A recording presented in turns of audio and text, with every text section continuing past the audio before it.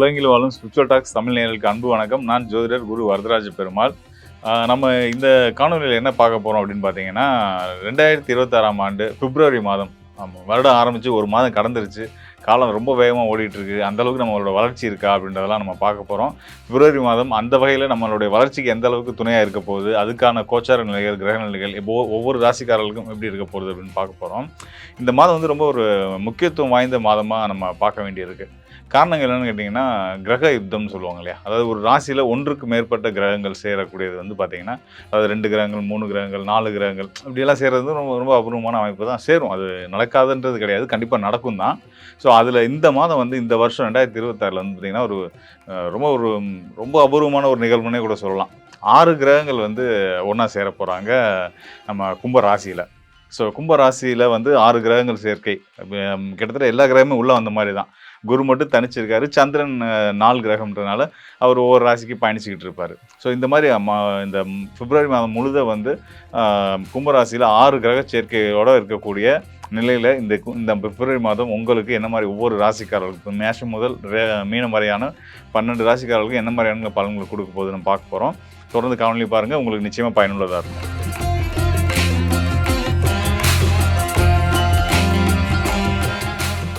தெய்வ பக்தியும் அன்பும் கருணையும் மிக்க துளாராசிக்காரர்கள், நியாய தர்மவான்கள்னு சொல்லலாம். இப்படிப்பட்ட துளாராசிக்காரர்களுக்கு இந்த பிப்ரவரி மாதம் முழுமையா யோக மாதம் அப்படின்னு சொல்லலாம். அது மட்டும் இல்லாம இந்த 2026லயே வந்து ரொம்ப பெஸ்ட் அப்படின்னு பார்த்தீங்கன்னா, இந்த பிப்ரவரி மாதமா தான் இருக்கும். அந்த அளவுக்கு ரொம்ப சிறப்பாவே இருக்கு. என்ன காரணங்கள்னா, நெறைய விஷயங்கள் இருக்கு. நான் உங்களுக்கு படிப்படியா ஒண்ணு ஒண்ணா சொல்றேன். இந்த மாதம் வந்து பார்த்தீங்கன்னா, உங்களுடைய ராசிநாதனுடைய ஒரு முக்கியமான பெயர்ச்சி இருக்கு. அவர் வந்து உங்களுடைய ராசிக்கு யோக ஸ்தானத்துக்கு போறாரு. அதாவது 5ஆம் இடத்துக்கு போறாரு. அதன் மூலியமா நீங்க மனசுல நெனச்ச விஷயங்கள் எல்லாமே கண்டிப்பான முறையில நிச்சயமா நடக்கும். அதாவது நீங்க என்ன நெனச்சீங்களோ, அது உங்க கை மேல பலனா வந்து கிடைக்கும். நீங்க ஒரு நல்ல வேலைய எதிர்பார்த்துக்கலாம், நல்ல வருமானத்த எதிர்பார்த்துருக்கலாம், ப்ரமோஷன் எதிர்பார்த்துருக்கலாம். சிலருக்கு திருமணம் தடைப்பட்டிருக்கும். திருமணம் நல்லபடியா நடக்கணும்னு எதிர்பார்த்துட்டு இருப்பீங்க. வீடு, மனை கட்டணும், வண்டி வாகனம் வாங்கணும், ஆசைப்பட்ட வண்டிய வாங்கணும் அப்படின்ற விருப்பங்களோடலாம் இருந்திருப்பீங்க. நெனச்ச ஊருக்கு போகணும்னு விருப்பப்பட்டிருப்பீங்க. இது எல்லாமே நடக்கக்கூடிய மிக சிறந்த அற்புதமான மாதம் இந்த மாதம். இதுக்கான காரணங்கள் நான் உங்களுக்கு அடுத்தடுத்து வரிசையா சொல்றேன். அது மட்டும் இல்லாம பொருளாதாரம். பொருளாதாரம்னு எடுத்துக்கிட்டீங்கன்னா, இந்த மாசம் எப்படி இருக்கும் அப்படின்னா, அதாவது இந்த மாசத்துக்கான பலன் அப்படின்றது நீங்க இந்த மாசத்துக்கு மட்டும் எடுத்துக்கூடாது. நம்ம இந்த மாசத்துக்கான பலன் சொல்றது, இந்த மாசத்துல இந்த விஷயங்கள் நடக்கும். இதுக்கான ஆரம்பமா இத எடுத்துக்கணும். இது வந்து அடுத்தடுத்து உங்களுக்கு தொடர்ச்சியா நடக்கும். இப்ப இந்த மாசத்துலேருந்து உங்களுக்கு நல்ல மனி ஃப்ளோ இருக்கும் அப்படின்றது இருக்கு.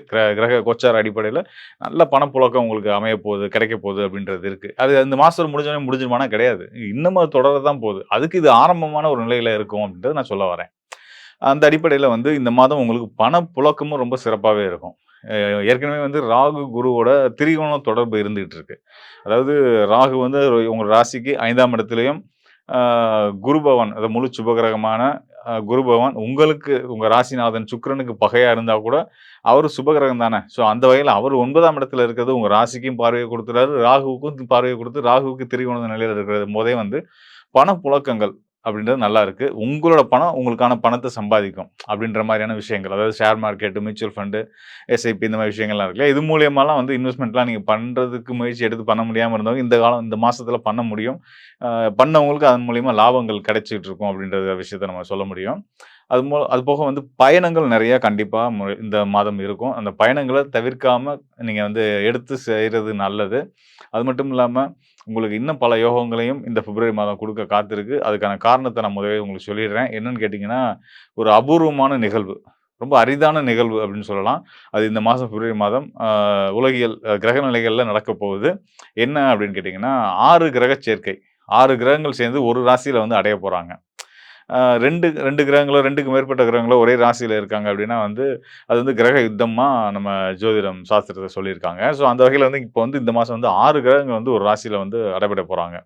அதாவது உங்க ராசி அது என்ன இடம் அப்படின்னா, உங்க ராசிக்கு 5ஆம் இடம். யோகஸ்தானம். யோகஸ்தானத்துல வாக்கிய கணித பஞ்சாங்கப்படி சனி பகவான் அங்க தான் இருக்காரு. அதாவது கும்பராசியில துலா ராசிக்கு யோகஸ்தானம்ன்றது 5ஆம் இடம்னு சொல்லக்கூடியது கும்பராசி. மன்னிக்கணும். துலா ராசிக்காரர்களுக்கு யோகஸ்தானம்னு சொல்லக்கூடியது கும்பராசி. அந்த கும்பராசியில அ 6 கிரகங்கள் சேரப் போறாங்க. அது உங்களுக்கு 5ஆம் இடமா வருது. அ அதுல வந்து முதன்மையா ஏற்கனவே அங்க இருக்கக்கூடியவங்க 2 பேர் யாருன்னு கேட்டீங்கன்னா, சனி, ராகுவும் இருக்காங்க. அது போக அடுத்ததா புதன் உங்க ராசிக்கு பாக்கியநாதன் சொல்லக்கூடிய 12ஆம் இடத்துக்கு அதிபதின்னு சொல்லக்கூடிய புதன் அங்க போய் சேரப் போறாரு. அதுக்கு அடுத்ததா சுக்கிரன் உங்க ராசிநாதனே போய் சேரப் போறாரு.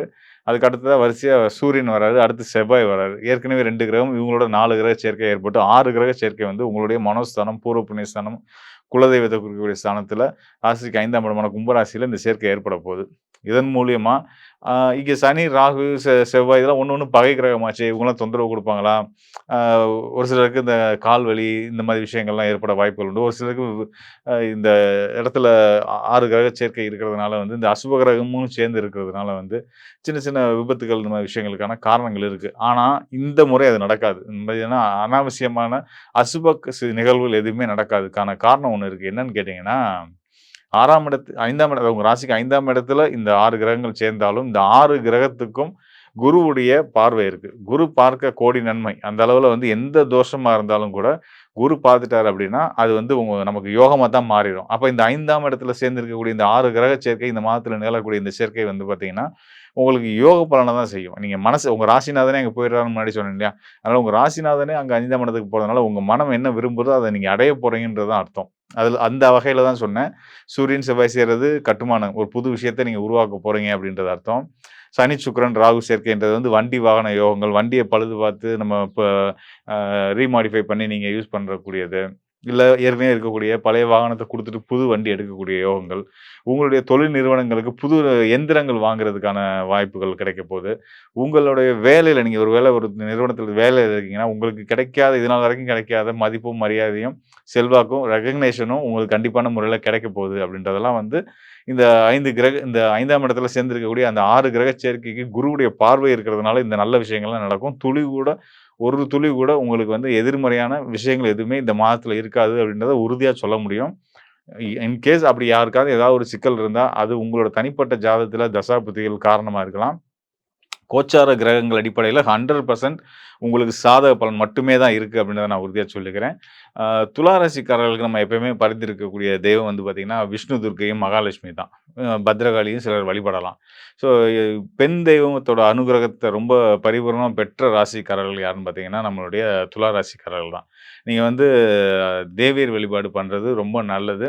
மகாலட்சுமி வழிபாடு பண்ணுங்க. இன்னும் சொல்லப்போனா, இந்த மலை ஸ்தலங்கள்ல இருக்கக்கூடிய சிவஸ்தலங்களுக்கு போய் அங்க இருக்கக்கூட தாயார வழிபட்டு வாங்க. கண்டிப்பா உங்க வாழ்க்கை ரொம்ப சிறப்பாவே இருக்கும். சிவபக்தியும் உங்களுக்கு இந்த நேரத்தில கூடக்கூடிய நேரம். அது மட்டும் இல்லாம சிவராஜ யோகமும் செயல்படக்கூடிய நேரமா இருக்கு. அதனால இதெல்லாம் வந்து பார்த்தீங்கன்னா, உங்களுக்கு வந்து கௌரவம், மதிப்பு, மரியாதை, அ கௌரவ பதவிகள் இதெல்லாம் கிடைக்கக்கூடிய ஒரு சூப்பரான ஒரு அற்புதமான ஒரு காலகட்டமா இருந்துட்டு இருக்கு. வழிபாடு உங்கள இன்னும் மேலும் சிறப்பான நிலைக்கு கொண்டு போகும் அப்படின்றத நான் வந்து உறுதியா என்னால சொல்ல முடியும். மேலும் உங்களால முடிஞ்ச தர்மங்கள ஏழை எளியோர்களுக்கு செய்து, அதன் மூலியமாவும் நீங்க வந்து உங்களுக்கான யோகங்களையும், உங்களுக்கான வளர்ச்சிய நீங்க அடைய முடியும் அப்படின்றத நான் வந்து சொல்லிக்கிறேன். மேலும் நம்ம கவனிக்க வேண்டிய விஷயம் என்னன்னு கேட்டீங்க அப்படின்னா வந்து பார்த்தீங்கன்னா, அதாவது நம்ம சொன்னோம் இல்லையா, அந்த கிரக சேர்க்கை. கிரக சேர்க்கை அப்படின்றது வந்து பார்த்தீங்கன்னா, கிரக யுத்தம் அப்படின்னும் சொல்லுவோம். அந்த கிரக யுத்தம் ஏற்படுறதுனால நல்லதா, கெட்டதா இந்த விஷயங்கள்லாம் இருக்கு. அது சேரும் இடத்த பொறுத்து, சேரும் கிரகங்கள பொறுத்து அந்த பலன்கள் மாறுபடும். இன்னும் ஒரு சிலருக்குலாம் வந்து ஒரு சிலருக்கு இல்ல, பொதுவாவே வந்து லக்னத்துக்கு அடிப்படையிலயும் பிறந்த நேரம் நேரத்தின் அடிப்படையில தான் லக்னம் கணிப்போம்.